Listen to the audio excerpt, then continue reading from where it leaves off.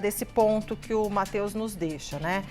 Quando o Centrão e quando o Davi Alcolumbre quer também, que tem esse diálogo com o Centrão, está interessado em aprovar e se une com o governo, aprova, e com a oposição, e aí consegue aprovar. É o fiel dessa balança, a gente já sabe, não é de hoje.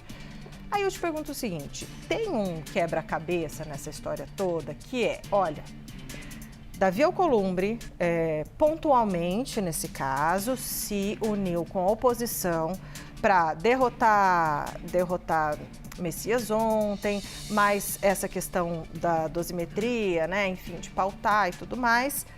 Só que a gente sabe que Davi Alcolumbre quer ser candidato novamente, quer ser reconduzido, né, à presidência do Senado.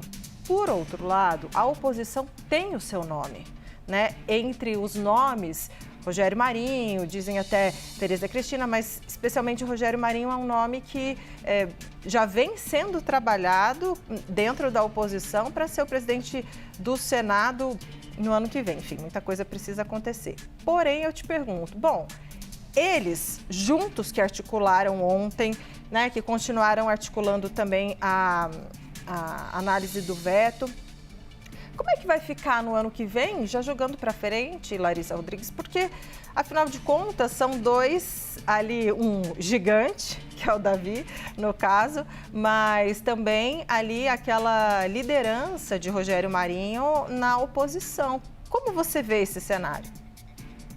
Débora, primeiro não precisava do cobre há bastante tempo, né? A gente não precisa também ficar entregando assim a idade. Eu estava brincando hoje que chega algum produtor novo, algum repórter novo e vem conversar comigo. Eu falei, quando foi que eu deixei de ser a nova que pedia conselhos e passei a ser a pessoa que agora as pessoas vêm conversar? Eu não percebi essa mudança. Mas sim, há bastante tempo, 10, quase 11 anos, só ali no Congresso. Mas vamos lá. É uma coisa que me chamou a atenção da sua pergunta, Débora, inclusive quando se fala que ele se aliou neste momento com a oposição.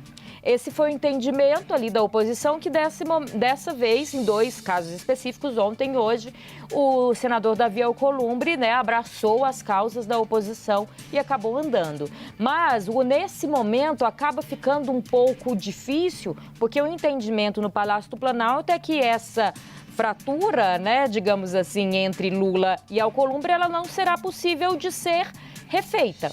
Então, é como se fosse uma aposta do presidente do Senado de que, no ano que vem, possa, de fato, vir um comando de alguém da direita e que Lula não possa continuar sendo o presidente da República, porque, senão, ele não apostaria tão alto nessa quebra quase que impossível de ser, né, refeita ali, recolada, digamos assim, com o atual comando, que é do PT. Esse é o primeiro ponto. Mas tem esse segundo ponto, que o PL vem dizendo que Alcolumbre pode fazer o que quiser, mas que se Flávio Bolsonaro ou alguém da direita for eleito, que eles não vão aceitar a continuação de Davi Alcolumbre. Mas, por outro lado, Davi Alcolumbre, ele comanda muito bem o Senado Federal. Eu ousaria dizer que o PL pode até não querer, mas dependendo do Senado que será formado, Davi Alcolumbre pode continuar, sim, tendo ali votos entre os seus, independente do partido. Ele conseguiu isso já no seu segundo mandato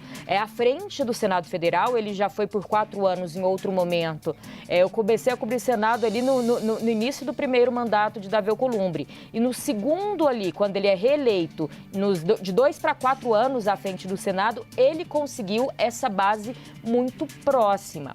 Aí tem um adendo. Esse ano a gente vai ter trocado ali 2/3 dos senadores.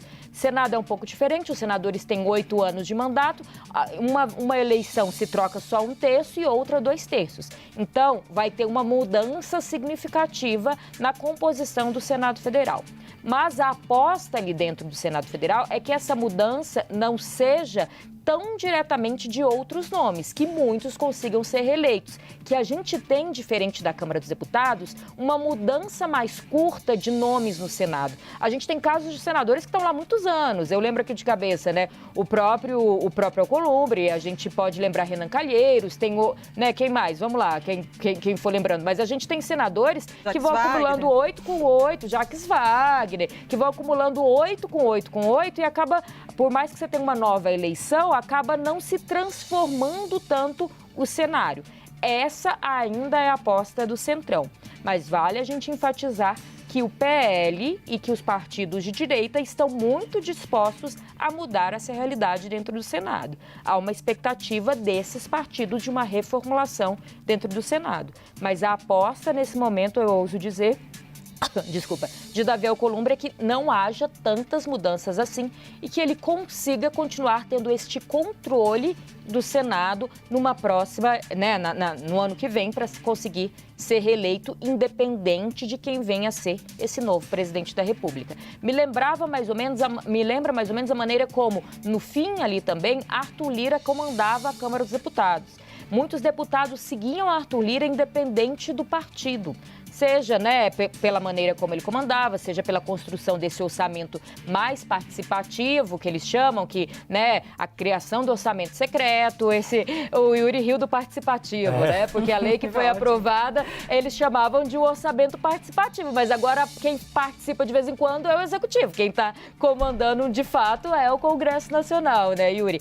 Mas a gente foi percebendo o Arthur Lira tendo um poder muito grande diante dos deputados, tanto que elegeu o Hugo Mota, que era, na época, considerado um presidente, um deputado ali quase que inicial, derrotando na época Baleia Rossi, que já é um deputado muito mais constante na Câmara dos Deputados, porque as pessoas votavam muito mais no nome Arthur Lira e em quem ele estava indicando do que, de fato, naquela primeira eleição de Hugo Mota. E aí a expectativa de Davi Alcolumbre é isso, que apesar de mudanças, ele consiga continuar tendo este comando que poucos presidentes tiveram diante do Senado Federal, mesmo um Senado reformulado, digamos assim.